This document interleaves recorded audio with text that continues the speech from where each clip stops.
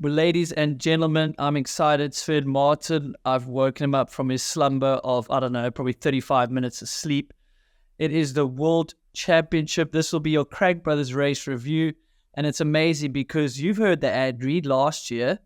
They won their 13th in a row. And this year, they did the double. Sven's going to probably correct me because I haven't checked Ace's pedals or Reese's. So they did 14 years in a row.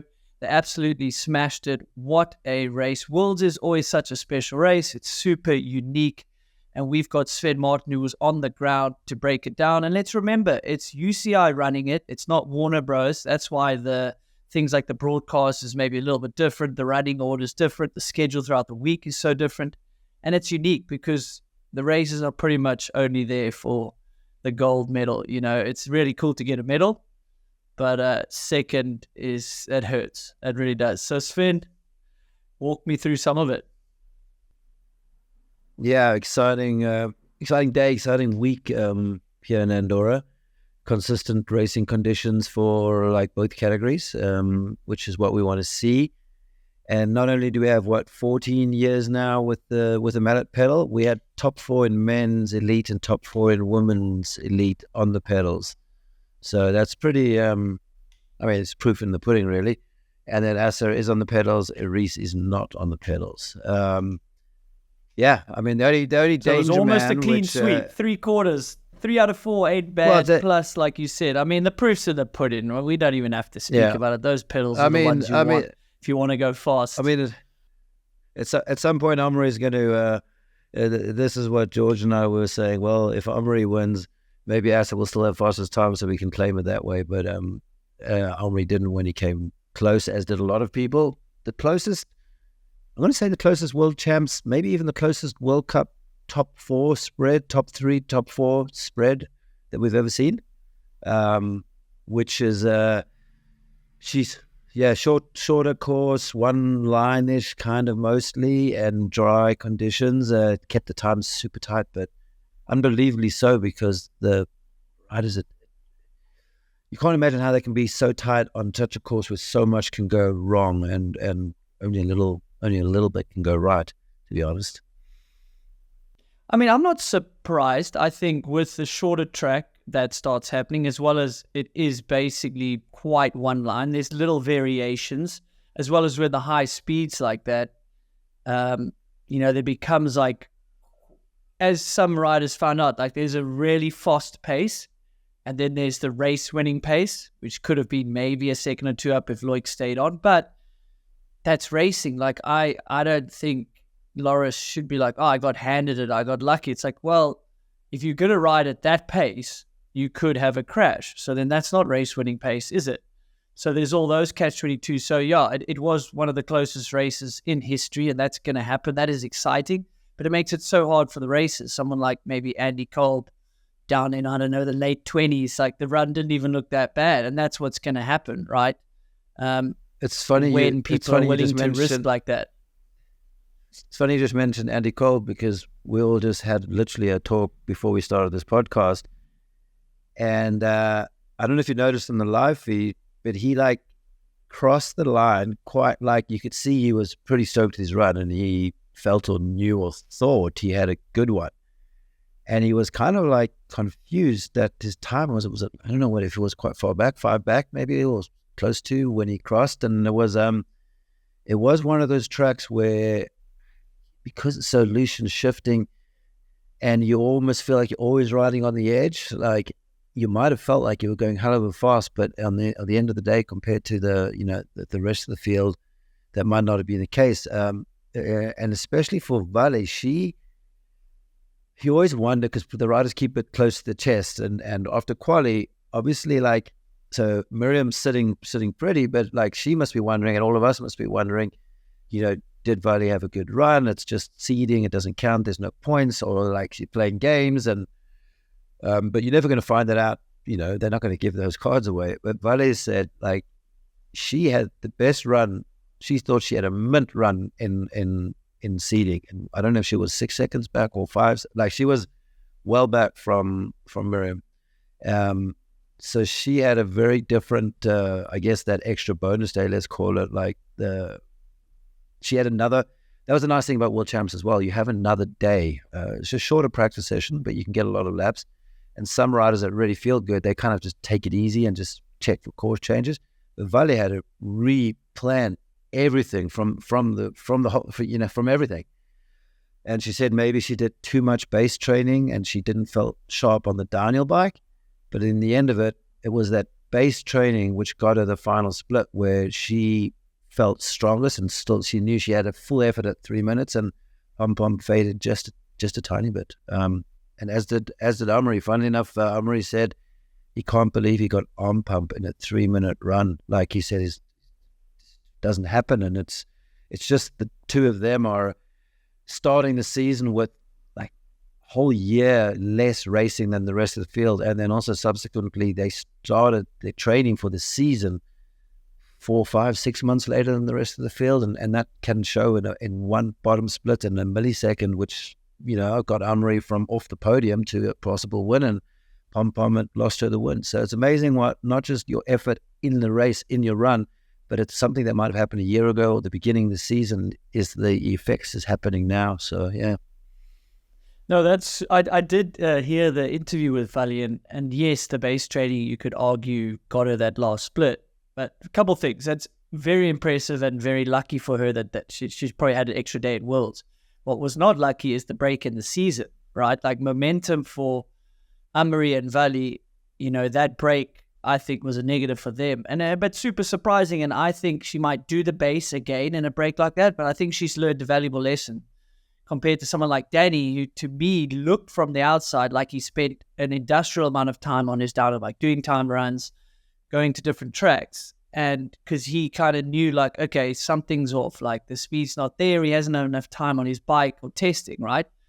So Vali, yes, she didn't have a downhill weakness, so why focus on it? But she probably missed the mark there on not enough bike time, timed runs. Like, yeah, you should have a break. Like I think Loris and Loic had a little summer break, reset the mind, get energized, but then those guys were back on the bike. And yeah, luckily for Vali, I think she had that extra day to be like, okay, I need to spark myself back to this race pace that I naturally had 6-7 weeks ago. So equally impressive, and yeah, fascinating, Sven, because can you boil it down to one key fact that it was the base training that helped? Are you boiling it down to the extra day's practice, the bike setup? Like that's the nuances of downhill. It's just so fascinating that we can have all these differences, right? And we're probably going to have different opinions on what made the difference. It's in this day and age, with these riders and all of them, it's every single little stone cannot be left unturned. And it's Vali had it. She kept her lines, but she changed her bike. She did, you got to tick every box. And it's funny you brought up Danny, but he's literally, everyone was like, it was like a new Danny. He was wearing, I don't know what it is about red, white, and blue, because like the Brits have that color, the French have that color, the Americans have that color, but it just looks fast. Like when you're in the race kits and your bikes are themed that way, and your national jerseys or your custom kits, it's just it's like the fast looking race color. It's just anyway. But Danny, like you said, it looked like old Danny, and it was like in the conditions that shouldn't be like Danny. It's not like the craziest, steepest, wettest, slipperiest course, but it was like World Champs winning Danny. And he almost got it. So I think people are quite happy to see, because he's obviously on a team, but he kind of had to almost privateer himself onto the team, and it'll be good for him. People start overlooking when they're building new teams or solidifying teams or picking rosters, and then once you get to a certain age and your results are on the down, then you're not going to be looked at, even if you're better than an up and coming junior. So he's basically put himself back on the map, which is good timing for him as well. And just before Ludenville, which is, I would say, more a Danny track.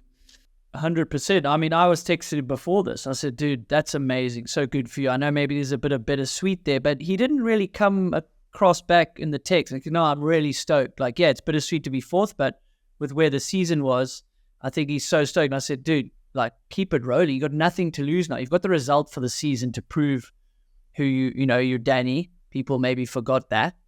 And I I think teams should look at riders like Danny. I sound biased. I was probably in a not the similar boat, but when you age out a bit, people go, okay, well, is he going to have results or not? But you've got all the media that follows Danny. You know, he's going to get coverage, and you can bank on him when the pressure hits the fan, like, or the shit hits the fan, like, he's going to step up. He's got all that experience to go, okay, I've won world champs before. Okay, what does a world champs week look like? He knows, you know. He qualifies well. Someone like Pinkerton qualified well. Maybe then the pressure, the expectations maybe got to him, or he didn't understand like how much more you have to push. Danny goes, just because I qualified third doesn't mean I can do the same run. Like, people are going to throw everything at this world champs run. So that experience, you know, is really valuable. You know, it's valuable for the teams, and maybe it's valuable for a team with some younger riders to say, okay, but let's put Danny there. He can mentor these riders now. He is that rider. Yeah, exactly. Yeah, good on Danny. You know, usually when we have our picks, we all have our betting pools, and we got some weird bets. I bet at least 2 French on the podium, and I won that bet. I bet TJ that I can run up. That's safe money, man. That's not a big bet. Come on. Yeah, it is actually safe money. I don't know why I took that bet. That's a safe bet. I hope you got good money for it, but the other people that paid you are not smart. I won 2 of the bets and lost one. I can't remember what the other one I won is. One of the bets. Still haven't added me to the betting pool, man. I'm bummed. I need to get involved in this. TJ and Boris and everyone, they just dream up mad scenarios. It's not like your typical betting. Like, we'll be at the end of qualifying, and there's this massive hailstorm, and TJ's like, I bet you I could get to the bottom quicker. And I was going to be like, I'm going up and then downloading the lift, and there's a chance that the lift might get closed. And he's like, no, I could run straight down and I'll beat you. And I was like, I don't think you can, because it was wet and slippery, and I don't see TJ moving too quick. And then I won that bet, but like literally just close. And then his legs are wrecked the whole week. But there's wild scenarios. We'll bet on anything. But talking about the betting, so obviously prior to World Champs, you know, Loic's going to be like Mr. World Champs, you know. But then after day one practice and before quali even, and then obviously in quali as well, I don't think there was anybody that thought, you know, he looked fastest, and then, you know, he can handle the pressure. It was like literally there wasn't, it was like who was going to get second and third. The talk wasn't like who's going to win, because it was pretty apparent that Loic he never made one mistake. He must have gone past me 10, 12 times in the week, and not once did he make a mistake. And nearly every one of those times he was fastest guy through the section. And yeah, I don't know how he did it, because when he rolled up to World Champs, he had a massive limp on and a huge strapping on his top of his thigh and quads. What's up there? Quads and thighs. So at Euro Champs, his crash was a lot worse than that we might have all found or heard about. He basically had to go into hospitals a couple of times. One just, I think, the week of World Champs, to have it drained with a syringe. So, and this is not just once. It wasn't just that was the solution. He got the swelling down and it was back to normal. It like came up again, and it was a lot. It wasn't just like a couple of syringe loads. So, you know, he's done that before, where I feel like, not sure which race it was, but he skipped track. I think it was Lenza. He skipped track walk, had his team do track walk with the iPad hooked up to 3G, and they basically did track walk, and Loic was an iPad, and they kept like, and he'd be like, oh wait, let me see that, and he did track walk. Yeah, he did do track walk, but it's amazing how under physical adversity he can still like put that out or compartmentalize it, or you know, and never use it as an excuse. Like, not once did we say, it is tough, you know, week leading up to Worlds. He was going so damn good, and he must have felt like, he would have felt like Super Bruni in his run, because you don't go that, you just don't, you've got no business going that fast. It's like, you definitely, if anyone needs that radio that we always talk about every now and then in your ear, like that, the Nico Voyeurs radio, that's currently not allowed. You know, you get him a radio, say, like 1.8, chill the fuck out, because he just, you know, how much up would you finish at the finish line? And then how about the sport of downhill? Like, sorry, I'm just wondering here and monopolizing, but Loris is sitting in the hot seat. He's done everything he can do, last man down the hill. So he already knows his medal, so maybe he's happy, but how many times has he got second or been beaten by Loic or just missed out? And he sees the split, and instead of like looking bummed or like losing his head, like, basically when that 1.8 went up, it was like, that's it, I'm done. I'm not going to medal. But he celebrated because he just celebrated for a competitor and his friend. Like, he knew that Loic must have just been otherworldly to get that much time on that split sector jump. But you don't see that, someone else celebrating someone else, that's basically going to knock him off that top spot. And then, and then it went literally. In fact, we missed Loic's crash, I think, on the live feed. The initial, I don't know if they did the replay, but you missed the crash because they were showing No, they Loris. did. You did see it. No, you 100% saw it. Okay, so yeah, and then next thing, Loic's like just super brunied out the flat, out just off the back of the road turn, Yeah, and that was the track breaking down, It was just inevitable, and you are the last man down. The times always get faster, but the track's not getting faster. Like, very seldom, sometimes it does. I would say not in this time. It was falling apart in holes and rocks, and yeah. Well, that's such a key aspect, because that's what I have in my notes is, well, I mean, I'll riff on what you said. Like, Loic is the guy that wants the pressure. Like, he knows he's last man down with the ranking. He goes out and qualifies fastest. I mean, I think that's a good thing to do. Like, if you coming down last anyway and you qualified 10th, like, well, then you're already adding pressure because of the number board order. You might as well just stomp your authority on the quali and say, I'm here, I'm the fastest guy. But then to step it up the way he stepped it up on that pace, and he mentioned like he started psyching himself up because it was going that well, he was getting a bit loose. But as I saw that crash happen, yes, it was like, what are you thinking? That's an ungodly speed into that section. However, I still think that he probably reckoned it was doable because he's Loic. Well, yeah. But the track degradation is the problem here as well, is that turn 2 hours before handles that pace potentially. That turn when he rides it, last man down the hill, it's drying, it doesn't handle it, right? So it's like, it's a racing incident. It's like, okay, you were going too quick. Yes, you were going too quick, but he's got to like guess what the track conditions are like. It's World Champs. He gets that right. Everyone thinks he's an absolute hero. He gets it wrong. People say, oh, you were going too quick. It's like, I did say like, well, to win a race, you've got to judge the pace of your run and stay on your bike is the skill. So Loris, he's just so humble and he's just been in the shadow for so long that he goes, oh, I got handed it to you. Like Loic was 2 seconds up. Like, dude, some other rider could also be 3 seconds up and then have an absolute huge because he's riding over his head, So there's that. Yeah. But I think how fitting of a World Champs in the men's can you have? Like, they both from Andorra. They are so close. Loris has been in the shadows for quite a long time. He's almost at the point that he doesn't believe he can beat Loic. But how many times has Loic been there where Loris was like the fastest rider on that style track and then Loris buckles under pressure or Loris has a crash or these things happen and Loic's the guy that gets all the sort of accolades. So I just think it's really fitting and it just shows you like never give up and try, always believe in yourself. And I think Loris's self-belief has probably been bashed down a bit. And I hope this is the one that goes, dude, I just won World Champs. Like I am one of the best riders on any given track, any given conditions. Yeah, no, and I mean, he won here last year, so it's not a huge surprise, but it almost seemed like his form was better and he was, placing consistently higher throughout the whole season. I remember, I don't know if he won it in Norway as a junior. I forget where he won his rainbow title. But 10 years between rainbow stripes. Some juniors, some riders, it happens a lot quicker. He actually even said like he thought his chance to win at rainbow stripes was gone because there's people the likes of Jackson coming up.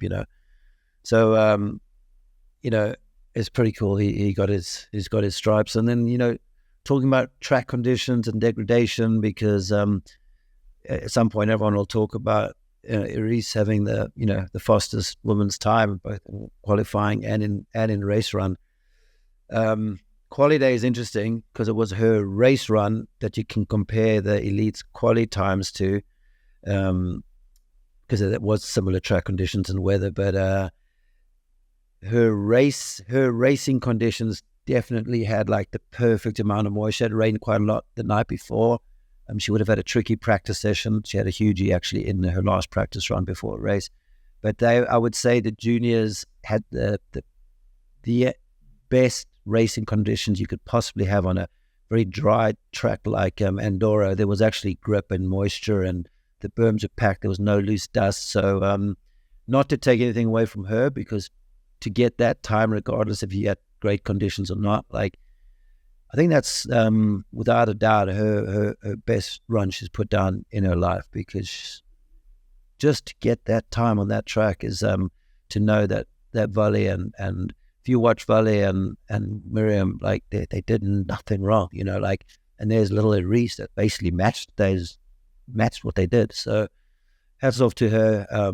Pretty amazing. But she's juniors and female juniors they're just coming up. It's and there's just more in the wings. Every now and then you hear about another one that's like still too young to race World Cups, you know. So the sport has changed. Just like every sport, it's just becoming super professional, and these kids are getting the support and the guidance and the coaching, and their parents were top racers. So yeah, it's all coming through pretty quick, fast and rapid now. Pretty scary. I mean, to be able to do those times as a junior, like physically, emotionally, mentally, it just like shocks me every time I see it. And then obviously you go, well, okay, they've been riding for a long time. They've got quite a lot of that sort of experience behind them. And I just like, but the moment's huge. It's world champs. Now she's back-to-back world champion. And she was one that did a lot of racing in the break. Like, these juniors are full professionals. Like, Nico's talking about he paid Asa more than they would normally pay a junior. And like, it's like, it's just super interesting. Like the level of someone that can't get support to then try compete against these juniors and then like think they're going to make it at the lead. Like, I personally think there's a bit of a disconnect there. I'm like, shucks, you know, you're like putting the bar between a race and the next one, like so far, unless they can get overseas and like not go to school. Like it's an interesting investment you're putting in yourself, because it's not like other sports where you can have maybe a 5-6 year career if you're smart, earn enough money to have freedom after that. Like, yeah, Loic's doing very well, Greg's doing very well, but it's taken them years to get there, and then years of earning that money to maybe be retired. So that's a little rant on, like, I've been having these discussions with some quite key individuals just to understand it, because a lot of emphasis is on juniors. But at Worlds, there should be emphasis on juniors. It's the World Champs. It's that one unique race where we've got, say, the 8th best French rider could get a top 20, but there's countries that are sending riders that, you know, maybe wouldn't get in the top 100 at a World Cup. So it's just this, and it should be like that. That's what the World Champs is, you know. But unless you're on the South African team and you don't get sent, no one gets sent.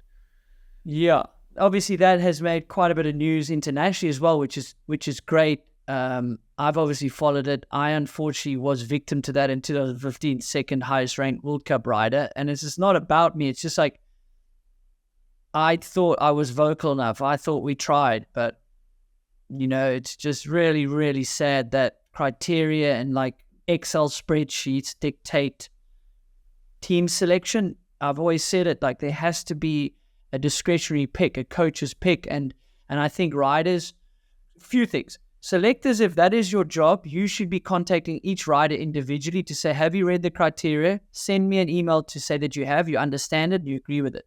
Then, this is when the appeal process goes in. Have the discretionary picks like in all other sports. If there's, say, Greg Minnaar doesn't hit the criteria, but he's healthy to race World Champs, how are you going to put him in a team? Because if you're not going to put Tay in the team because he didn't meet the criteria, how would you put Greg in the team?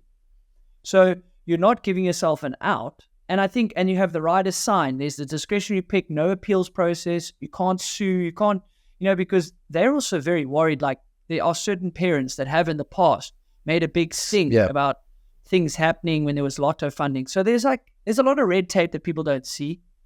So, but I think it's like, this has been happening for so long, it shouldn't still be happening. And enough people have said, hey, we'll help, let's try do it. So yeah, sad state of affairs when, come on guys, like, yeah, they're maybe not going to medal, but how do we get the next crop of riders a little bit experienced to understand how fast races are and what they need to do? So yeah, there's a little bit of a rant, but I've put my hand up to help. So I don't think I'm just moaning. Yeah. No, I could have another whole podcast about we do have a time constraint today. Pencil pushers and stuff. Yeah. What else? The hillside, you raced the old 09 Andorra, and it's a kind of a similar aspect hill, this new track the last couple of years, and it's that south facing aspect, and yeah, it's the only downside to this track could be a little bit one liney, and then the disjoint from the spectators were a bit low in numbers, which is quite sad at a World Champs to pull less than a World Cup, and it's just simply the fees, which is too high for a family or a weekend. You get it was €100 per person for a 3-day pass, or €40 a day. Not super convenient. You couldn't ride up to the venue. You could ride near the venue, but you had to get buses or walk kilometers. And on top of that, you're paying a lot. It wasn't a super bike friendly event, like you could ride to the venue, but you weren't allowed to, well, not all the way to the cross country, the downhill venues, which is sad. And I don't know. Solution was tricky for this one because of the logistics. They couldn't have tons of people on the roads and the cars, so you had to have the buses. So then you have to have an entrance fee to cover the cost of the buses. So it's like the whole chicken and the egg thing. But I won't say it took away from the vibe, but you did notice that there was less, which was a bit weird for a World Champs. But nonetheless, it was people got what they came for, and they got an amazing show like the whole week. Just a bit quieter than normal, I'd say. Yeah, I noticed that on the broadcast, like the big reveal shot of the finish. And I know the venue, so I wasn't surprised. Like, the logistics are horrendous. The track's great. They deserve to host a World Cup, but the logistics are very tough, as you said. There's obviously there's many standout rides. Worlds, you probably touch on them less because it's like there's 3 medals and there's the world champion. That's what we came for. So Loris, he hasn't won since 2022. I think we can't say enough about how amazing of a rider he is. Every pre-race into the season, that race review, we're talking like, is it his year where the talent meets the potential, meets like the luck, and he just has a breakout year again. And I just hope he can roll on from this. I think it'll be really, maybe it just takes the pressure off. Like, he is forever a world champion in the sport of mountain biking and a World Cup winner. That's pretty special. Not many people get to say that, so that's really cool. I just want to give like so much credit to him, and like, no, he didn't get it handed to him. Like, he went out and earned that. It's just amazing. It's still some pressure for him racing in Andorra. And yeah, I guess, like he said, he didn't even think he would maybe feature. He just didn't feel his pace was there this year.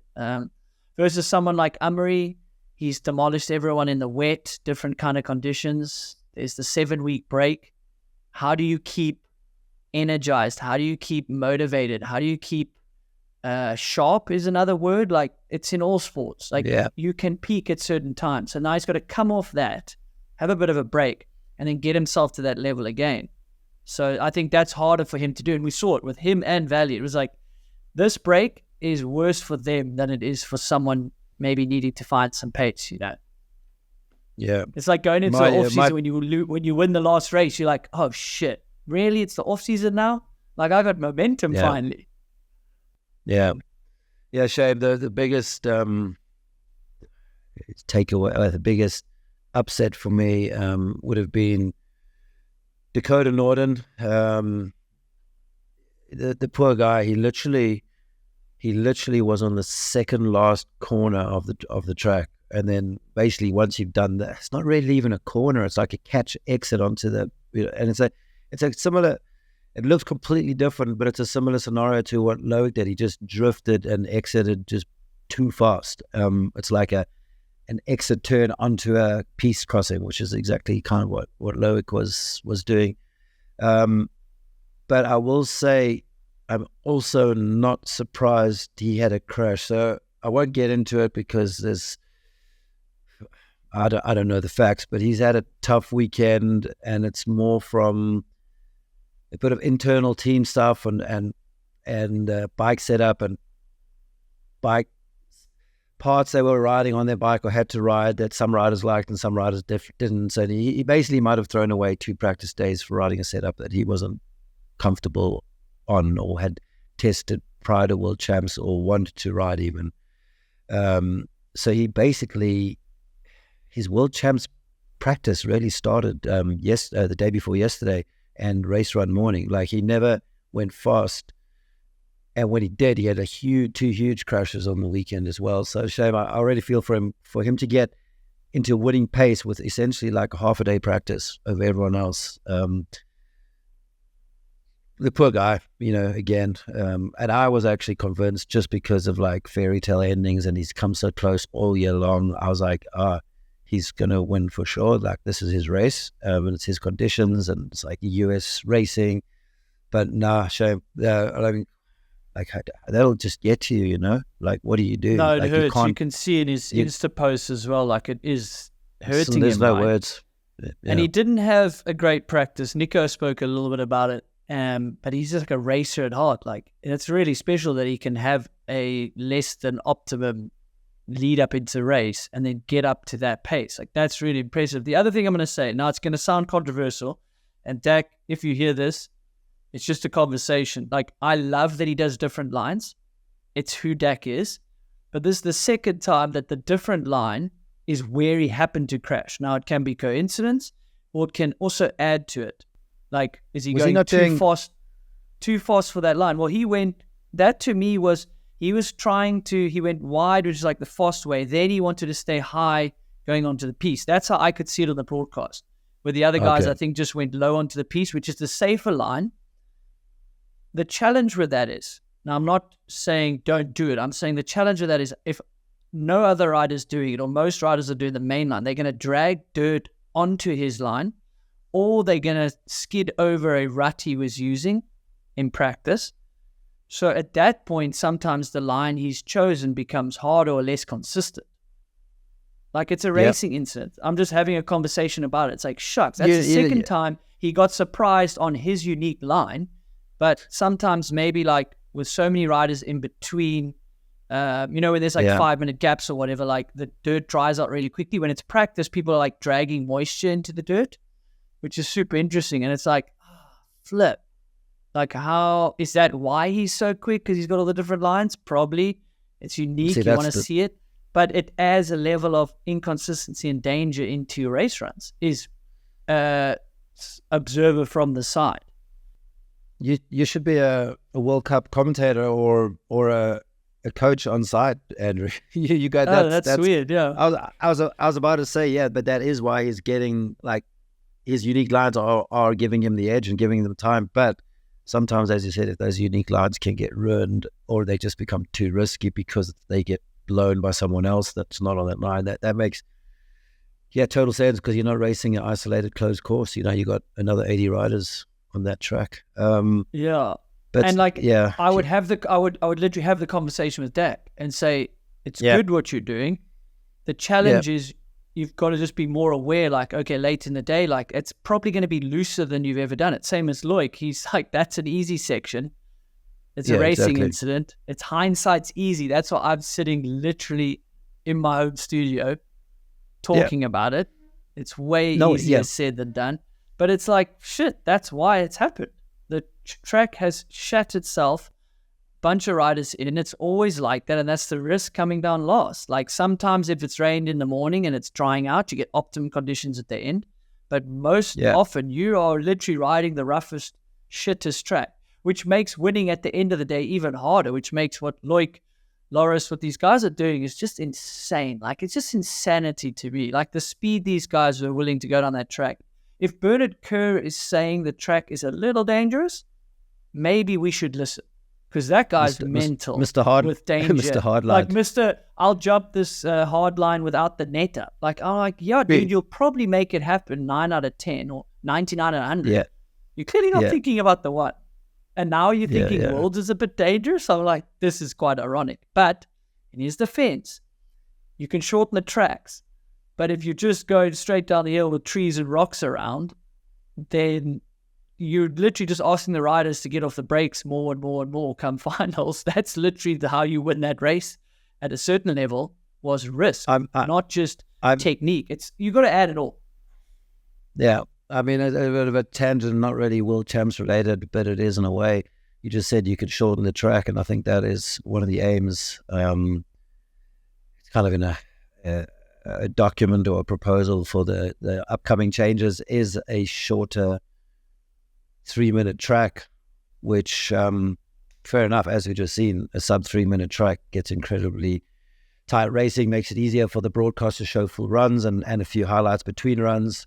But you can't change the sport of downhill or iconic venues. If you go to Mont Saint-Anne, what, like, they're going to make us like they did like 10 years ago, where you're literally riding like a minute down the track to get to the track. You know, there's a perfectly good top minute of track, and the same with Fort William. We're going to end up starting lower down.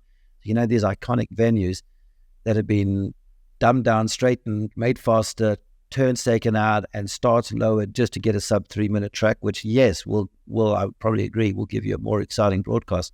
But then going with that 3-minute track, you have an athlete that's going to go, he's got even less track time to gain his advantage or make his time or get his, you know, difference of competitors. So you're going to have people pushing even harder and harder and harder to get the 0.1 second, and then it's going to be more dangerous. Well, it's not going to be more dangerous, there's going to be bigger injuries. Yeah, and I was going to say it earlier. So someone like Amri, I got arm pump on a 3-minute track. Well, when it's worlds and you've got to go hell for leather every split second, you're going to increase your heart rate quicker than maybe a Mount Saint-Anne, where you can build into it, where you've got like chilled sections. So yeah, I think it's coming. I think it's a broadcast reason. Like, I've been having a lot of in-depth conversations, some on the record, some off the record. To broadcast it properly as a broadcast goal, you can understand they want to broadcast the whole track, which they do for the last few riders. I'm wondering, like an iconic track like Mount Saint-Anne, like, then there needs to be like 1 minute of the track that's just like this easy ski slope that hopefully no one crashes, and we just don't broadcast that, and we broadcast all the good stuff where like the shit might hit the fan, because then you could just like fake that the track's long, you know, I don't know, and then, you know, you could film it, film it with a drone if and there was a crash, you know, like you film it with a drone and you pop in that footage. Exactly, yeah. So it's all about time, like it's all about length of total package. So the broadcast is a hugely important factor, but like you say, you're starting to like have the pros and cons and knock-on effect into the sport. And then my biggest question or like hope out of passion for the sport, like I see a lot of changes and I'm hearing and I'm having these chats. I'm like, wow, the more I chat, the more I like agree with a lot of it as well. You know, like the more people communicate, you can have a conversation. Me and you can agree to disagree on a point. I could go, but I see why Sven sees that way. So I'm having these conversations. And then I'm going, but if the tracks go shorter and all the juniors are quicker early on, I'm so scared of having 30 riders. Like like Andy Cole barely was in the top 30. Greg didn't qualify in the top 30. I'm like, shit, that's going to be a byproduct. Times are going to be shorter. People are going to have an off week. Your off week by a few percentage of pace is enough to like not get you in the final. And you're like, I missed the final, you know? So like, there's all these knock-on effects with the sport progressing and the depth increasing. So you've just got to be more aware of the safety, right? Like the padding, or like, okay, we have to chicane it here and we still can have a short track. Like, I guess that comes with track builders and all that. And again, this was a UCI race. Everyone must be aware of that, not Warner Brothers. So Warner Brothers did the broadcast on their side. Looked good, like the course builders, and like they did some maintenance and stuff, like while the week went on. Yeah, like second day after that first day practice, literally had an almost better track than the day before. They like smashed it down, kept the top running good, watered it, buffed it down. They were using lime in the top section of the track to hold the soil together.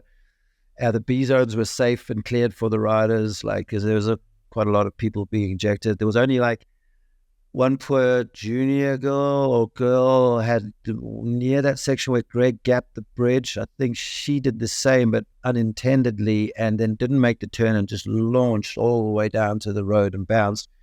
and then subsequently they put a catch net further down, which would have caught her. So the track was safer, and I think the best we've seen this venue anyway. Right. Yeah, and shoot, man. Mentioning what Greg did. Can you believe at 40? I don't even remember. I can't even keep track of how many years he's been in his 40s for. But to still do that line he did, that last day of training that you would have seen pop up on the internet, where he just gapped the whole bridge to flat. It was kind of like it was like Thomas Lemoyne at Crankworks gapping the whole box. You just don't do it, and you don't like you'd maybe expect some like Jackson Golson, some cocky little upstart like with skill and rubber bones and no mass on him to do something like that. And here you have bloody the GOAT on his retirement race, and he's doing lines that won him. Did he win 2000 World Champs, or it got him a medal? Like literally unique one-off lines, and it's so great that he is ending on top. He's not.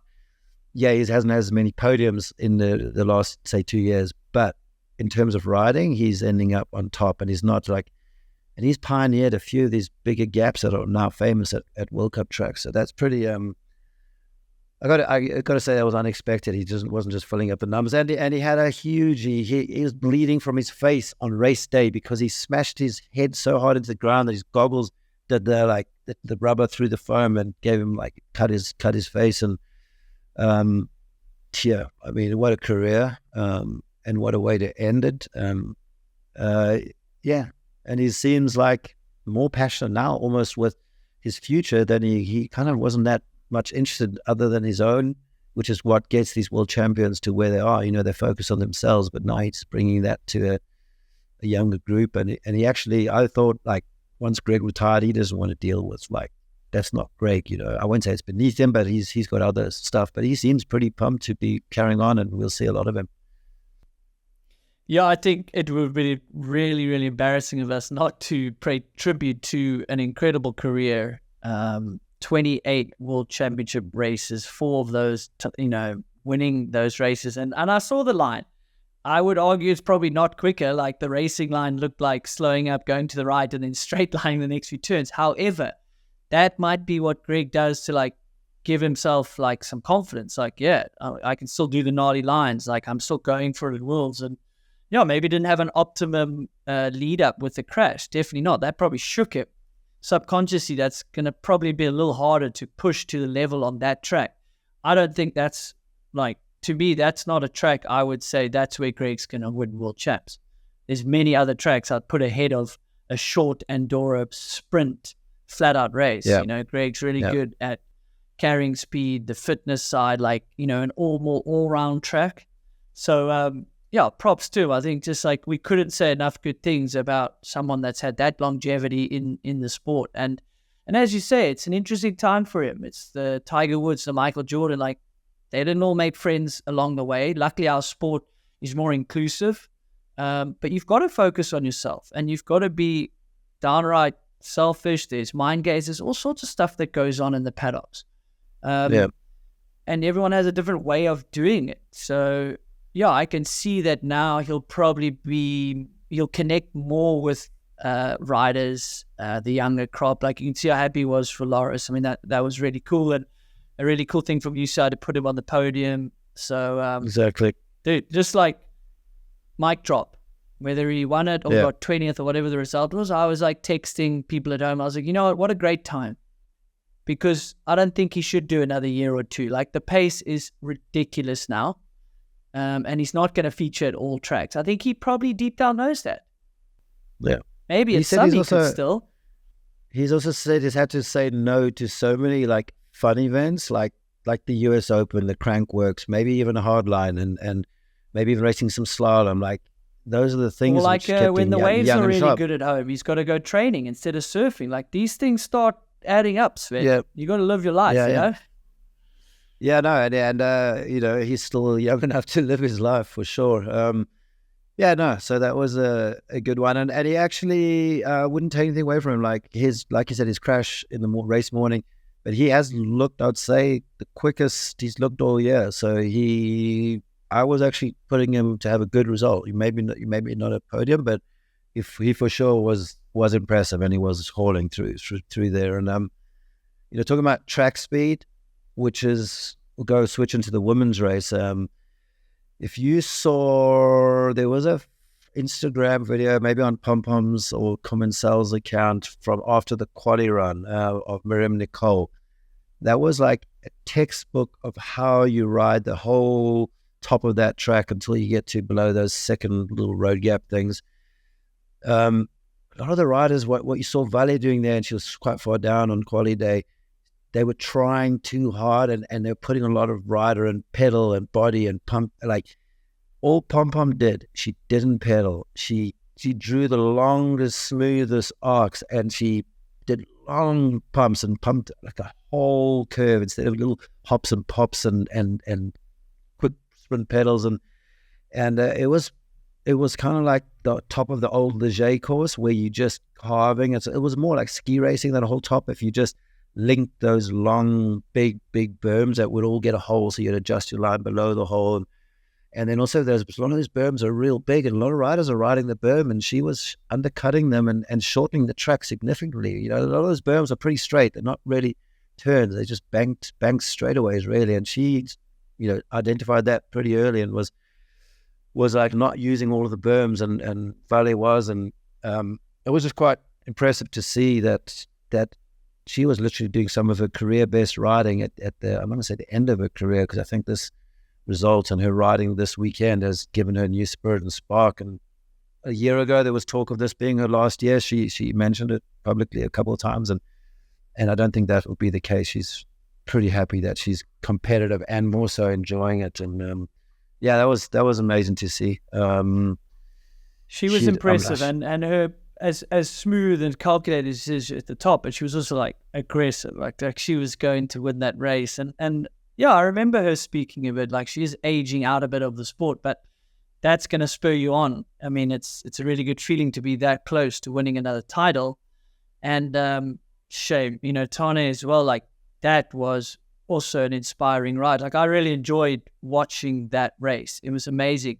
And then we shouldn't brush over Gracie Hemstreet. Like she's had a very subpar season compared to what we all know she's probably capable of. Maybe it's no surprise coming onto the big team and, riding under Greg Minnaar. That's a lot. And you've got, Alan's coaching a lot of the top riders. Like it can be intimidating probably, but she had some great results leading up into the Worlds. I mean, 4th place. That's a huge result. That takes like all the pressure off for the rest of the season. And before I forget, I'm putting Greg on the podium at Mount Sinai, just like as a throw-out result with the speed you're saying and the track that suits him. I put him on the podium at Mount Sinai, and now let's not digress. Back to the women. Dude, there's no way Greg's going to be on the podium once and then, because he's going to hit party mode now. World champs. He's going to. Fair enough. Yeah, he's going to train. He's going to be drinking and having fun, and he's basically going to be saying every day. He's going to be saying goodbye to people, and he's going to have so many people he knows at all these venues. He's going to be like cocktail. But he loves the Cinderella story. Okay, I'm going to text him, and I'm going to text him that you and I are having a bet, and he needs to help me get some cash. Basically, but you know what? Drinking on Thursday, he used to drink 2 bottles of red wine on a Thursday of a World Cup and still win. So we can say this now. Like he doesn't have to keep sponsors happy. Yeah, no, that was a couple of years ago, but that definitely did happen. But maybe that's what he needs. Just relax, man, dude. You're done, and then he'll just ride free. Yeah. Maybe. Yeah. Gracie. Speaking of riding free, talking about Gracie, that's and insane. And like it's like riders like her or Gracie, Austin Dooley. It's that like this track is very much like a US, California, British Columbia track. Just it's a West Coast track. The rocks, the dirt. So and some of these younger riders like they do perform. Ryan Pinkerton, they do perform better under like the other riders. Like they can Loic, Norris, whoever they can just do whatever on whatever track. That obviously. And Danny, you think he likes a wet track, but he can do good on a dry track. Maybe Bernard's the only one that really wants it to be wet and slower and more technical. But yeah, man. Well, there are horses for courses, especially when you're younger. You haven't maybe honed your overall craft. Yeah, exactly. Definitely.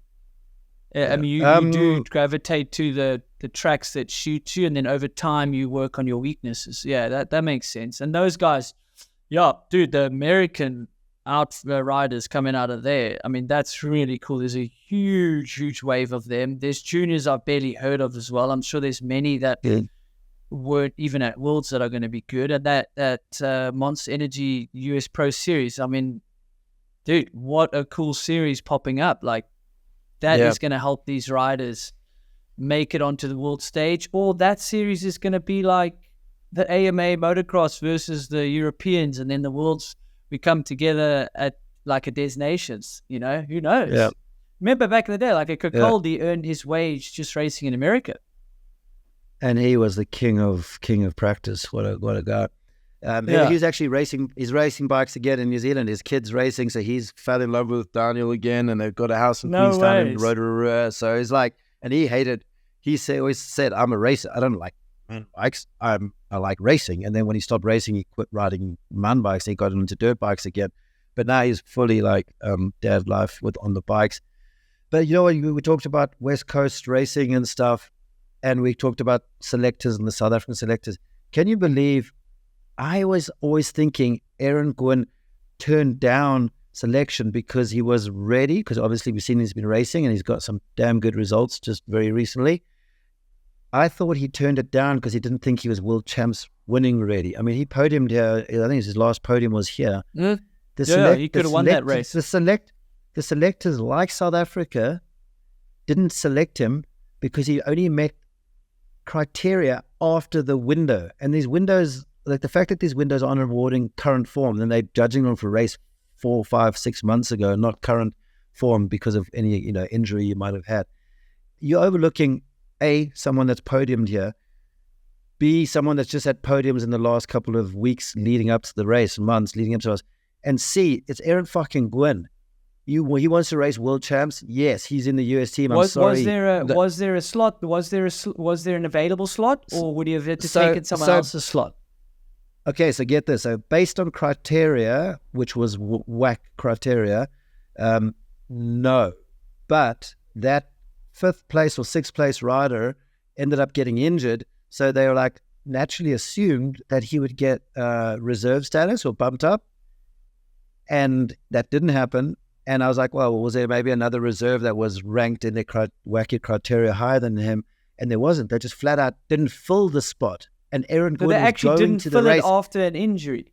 They didn't fill it, and he was at the event. Shucks. At the event, and I'm sorry, Aaron, you might need to go on public record if I'm completely wrong, but that's kind of the facts as I heard them, third-hand information. But well, if anyone knows, if we've butchered any of the facts, let us know in the comments, please. We never, don't let facts get in the way of a good story, because it's a good story. I was going to say, definitely. And no good story started with I was eating a salad. So, Greg Minnaar, you have that bottle of wine and you give me a podium at Mount Sinat. Yeah, look, there's always red tape. There's always red tape because UCI might be like, you got to field the team by this date. You got to do this. Like, yes, I understand. But I'm at the point, if you're a selector, even if you are a volunteer, your job is to field the best team. If you want to do your job, which you only have one job, phone the rider and be like, dude, can you get to another race? Like, I need you to meet this criteria. Like, how are we going to make this work? Let's make it work. Okay, I'll get you on as a reserve. Or, dude, discretionary choice. They do it in golf, the Ryder Cup. Like, it went on Netflix. There's automatic. There's 6 spots. Then there are a bunch of, it's called selectors pick, coaches pick, captains picks. And he goes on current form. He goes on who's going to suit the course. He's like, who's got intimidation factor? Who's going to fit into the locker room? I'm like, come on. The template is out there. Anyway, rant over. I mean, we've got 6 more minutes. Preaching to the choir. Now. Dude, talk about funny stories. I was mid-interview at the Vali Hall, and I'm like looking in the background, and there goes my e-bike. Oh, your bike got stolen. I listened to Miss Ben Summers. And I was like, that looks like my bike, but the bikes all look the same, with the parts on them. But then I was like, I left my bike in the syndicate pits all week, and because it's not really spec the same as their sponsor, they just put ghetto stickers all over my shit. So like when I saw this bike, I was just like, it's definitely my bike. And instead of looking at who was riding it, I was trying to just ID that it was my bike. And I was like, had to like quit the interview, and I run out the gate and I start shouting, and then this guy like looks behind him and puts it in turbo and starts booking it off further. So I'm like, yeah, for sure, it is my bike, and this guy knows I'm after him.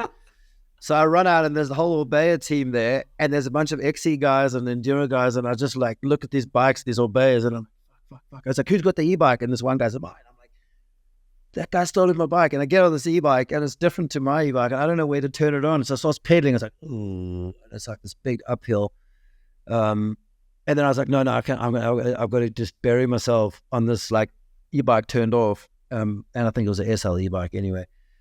I couldn't get it going, but luckily the other Orbea guys saw what was going on, and they told their team manager, this Primos guy, he just thought it was like cops, dude. He loves a good story too, and he just burns up the road in this van and just like cuts in front, tees off this guy on the bike, and eventually I get there just completely gassed. And this guy kept trying to get away, and I guess just before I got there, he's like, "Is that your bike?" And he was like, he's like, "No," because it wasn't. And then he was trying to like explain to them, and this Primos guy's like, he's not English as his first language. He just wasn't hearing any of it, and he was like about to get stuck in. I eventually get up, and I look at the guy. I'm like, I don't even know you, and I think that's fucking Billy Bolts. He's got Billy Bolts in his dude, and he's a big man. If he gets into a fight, I don't want to be against Billy Bolt.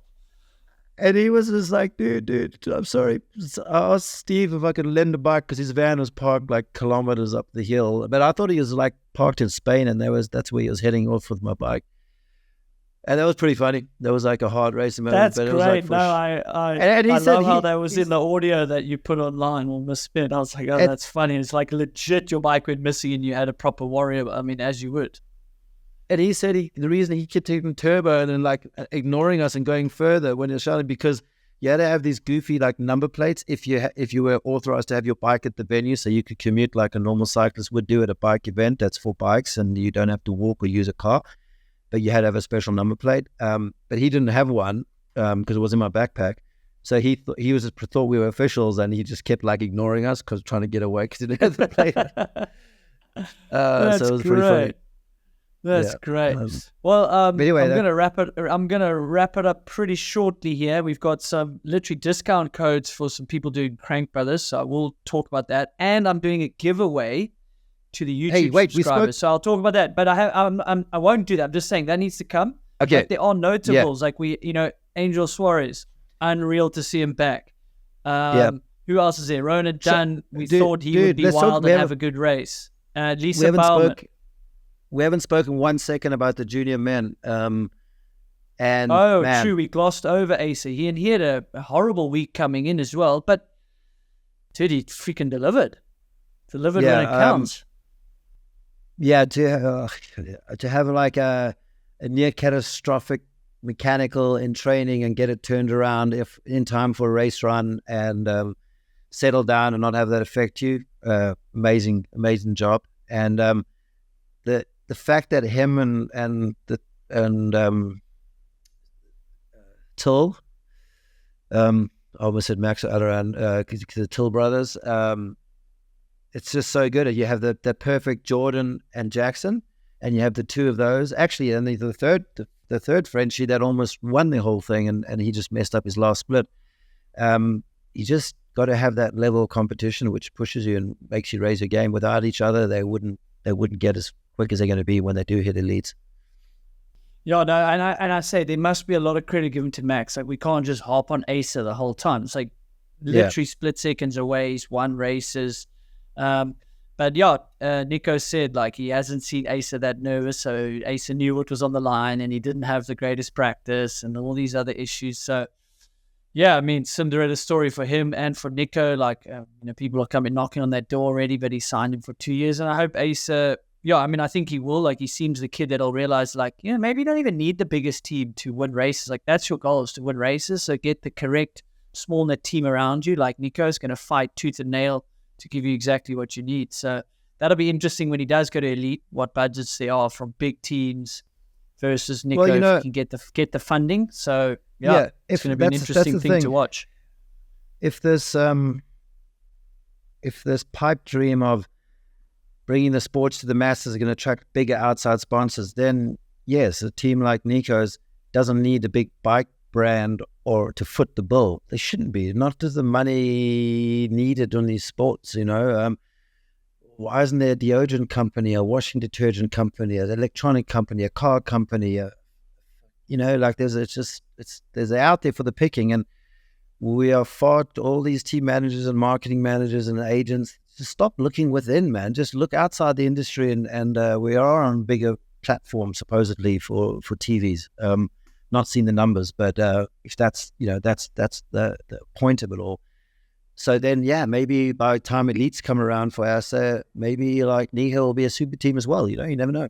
That's a valid point. And I think it's chicken before the egg. Like, you've also got to like let Discovery push, let them try get it out there. Once it's out there, you'll be like, oh, you guys are benefiting. It's like, yeah, but they have to benefit for like the downstream effect. So like I said, I've been having a lot of these conversations, listening to a lot of things. Happy to have more on here, everyone. Let me know in the comments who you want to get on. So it is a bit of chicken before the egg, but it can come if it's done right. We just got to have a little bit of the patience and all work together for sure. So yeah, I think they can do it. Like I said, there's a lot of shout outs. It's world, so we obviously focus on the gold medals mostly and medals. But Tane you could see how bitterly disappointed she was when she got on the hot seat, and then amazing sportsmanship to sit there with Miriam, like they're good mates. And she wanted Miriam to do well. Finn gutted. Great result, but you can see what he's after. It's the win. It's world champs. It's not a podium. You want the gold medal first. I was shooting the last turn, so I was shooting up track of him coming towards the last turn, and then shooting down track of him hitting the jump crossing the line. And he hit that turn so hard, but too high, and his back end blew up a ton of dirt that I actually couldn't shoot the jump because there was still too much roost in the air. Did that cost him the win or another spot on the podium? Because I didn't watch the live feeds. I couldn't see. Did he lose time on that last turn, or was it just kind of a little bit more spots as well? Could you tell? It's so tough because it's such a short section, so you're not going to see it in like the times, right? Yeah. But he is. Yeah, he is ahead. 213.9, and the guys ahead of him are 214.0, so that's dead even. And then he's half a second up on Loris, but Loris had such a good last sector, same as Danny, like absolutely demolished the last sector. And for any racers out there, it's so key. Yes, fitness, yes, lines, but the last sector or two, if you can just push to the finish, and Danny's really good at that. He doesn't. I was probably worse. I was like, I've had such a good run, I better not bottle this in the last turn. No, you fight till the finish, because if you are fastest in the last sector, you can make up a bunch of spots. So yeah, I think that probably cost a little bit. If you lose traction, you're not going forward. And that turn was super awkward. You almost needed to like probably break up a little bit more than you hoped for in a final run so that you can carry that exit. I wasn't there. I didn't ride the track. So yeah, probably at least, lost a bit of momentum, you would argue, if you lose traction. Yeah, at least for Tani and Finn, they both finished equal positions, which is quite ironic and fitting now that they're a new young couple on the circuit. Sorry, are you announcing this to the world, or has it been put on Instagram or Facebook? You can't do these things. I think, dude, there's some memes going around. I think I would say it's announced to the world. Well, I saw a comment by someone that said it was a Tane post, and then the comment was liked by Finn. And I was like, well, that's a random person that knows what's going on. It doesn't take a rocket scientist to figure it out. And if we did a pre-race one, which we don't, maybe we need to start. If there's a sponsor out there wants to do that, maybe they should hit me up. We're doing a lot of the stuff for free. A happy rider is a fast rider. Honeymoon phase in a relationship is a beautiful time. It's a beautiful time. That's funny. Okay, speaking of sponsors, this one would not be possible without Crank Brothers, because I don't know how it gets Finn out of bed if it wasn't for Crank Brothers and their support. So this has been the Crank Brothers Race Route. But wait, don't go anywhere, because this is important. I said I would be doing a giveaway. There's a shoe and enduro pedal bundle that is coming away to one of you lucky subscribers. Rules: you got to be a subscriber of the YouTube, a subscriber of my Moving the Needle podcast on Instagram, because that needs to grow, And then comment on this video for an extra entry, and I will be picking a winner, and we will ship those shoes worldwide. So it doesn't matter where you live. Sounds like blackmail to me, Andrew. I'm just offering a pair of shoes. But the rules are you have to be a YouTube subscriber, and you have to be like the Instagram. And if you comment and give a thumbs up, maybe you get an extra entry. But then Crank Brothers going a step further. They got a discount code for a shoe bundle. You put in Moving the Needle, they'll provide 25% off on when people purchase shoes and pedals together as a bundle. So if you go to the Crank Brothers website, you can figure that out. If it's not working, you can DM me on Instagram. I think, Sven, you've done an incredible job here. Is it 25% off? No, what's the discount code? Because spell it out for these guys. Moving the Needle. MOVINGTHENEEDLE.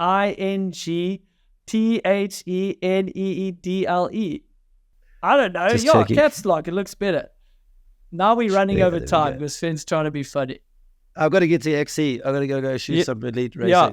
And it's rating. So Daniel has dodged a bullet. It's rating right now. Yeah, no, I heard. Okay, thanks to everyone. You know what to do. Like, subscribe, share it with a friend. Till the next one. Peace.